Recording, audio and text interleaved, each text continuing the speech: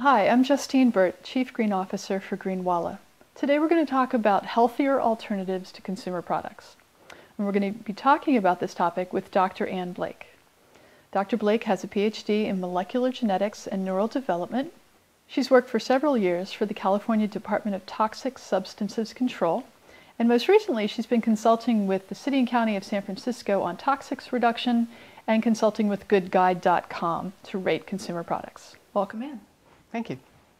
So Ann, this morning I had the air ducts cleaned in my house, and the guy came in and he said, we're going to put a sporicide in your air ducts. You know, it's to clean out all the germs and bacteria.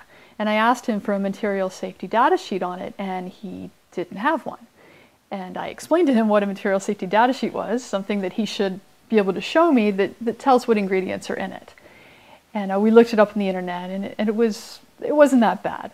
But he said to me, well, you know, they wouldn't sell this on the market if it weren't safe for people. Could you give us some general tips about consumer products, things to look for, things to stay away from? Well, the gentleman that cleaned your air ducts echoed a very common misperception among the general public, which is that chemicals that are in consumer products or just generally available to consumers have been tested for health and safety before they're put on the market, and that's actually not true. There's some 80,000 chemicals that are in commerce, and when the Toxic Substances Control Act was passed in the mid-70s, a lot of those were grandfathered in. And then additionally, a new up to 1,000 chemicals are added every year to the market. And although there are some minimum data requirements for health and safety, most of them are not tested before they're put on the market. So when I worked at the Department of Toxic Substances Control, we dealt with hazardous waste that came from manufacturing.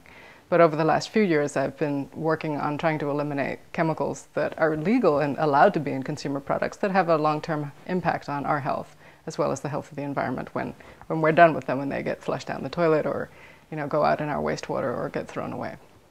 So the good news is that people are becoming more aware of what those chemicals are, and there's a lot of emerging science showing that even low exposures, chronic exposures to some of these chemicals in our consumer products, such as things you put on your skin, things you wash your dishes with, or in the food you eat, those are having an impact, and consumers are demanding the less toxic alternative or a non-toxic alternative where one is available.